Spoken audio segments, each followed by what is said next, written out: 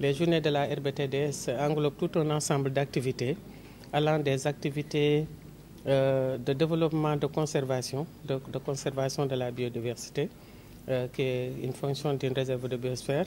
L'aspect développement économique que nous avons vu hier avec les populations locales de la RBTDS qui sont venues exposer ce qu'elles font dans le domaine économique et que la RBTDS appuie en partie parce qu'elle travaille avec certaines populations dans l'aspect économique, en les capacitant, en les dotant de matériel, d'équipement, en les finançant aussi.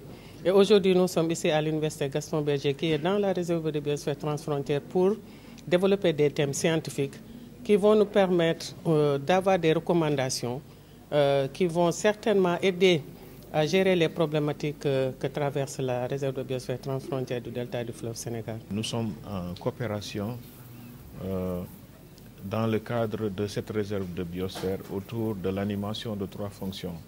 La fonction de conservation, la fonction de développement et la fonction de recherche.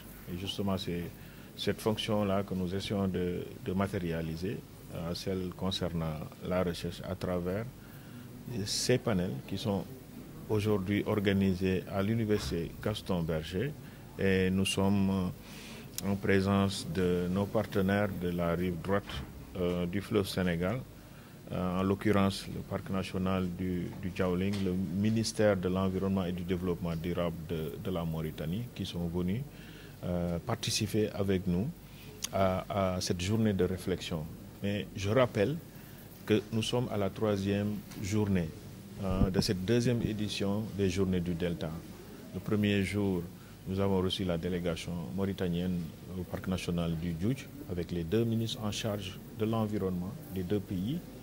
La 2e journée, celle d'hier, nous sommes partis au Parc national du Djaoling où nous avons, les 2 ministres ont procédé au lancement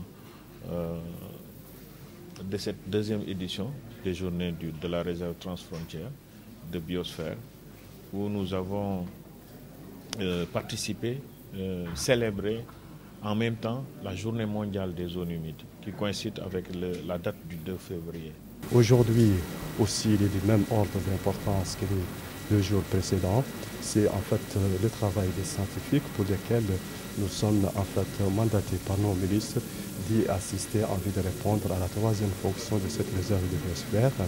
Et donc ces 3 fonctions qui sont la conservation, l'aide au développement et la recherche scientifique vont de pair en réalité, et c'est la raison pour laquelle nous sommes là.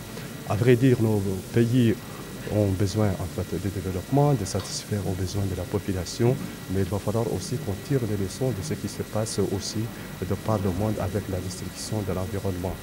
Si on revient un petit peu sur l'impact des changements climatiques, le continent africain parmi les continents qui subissent.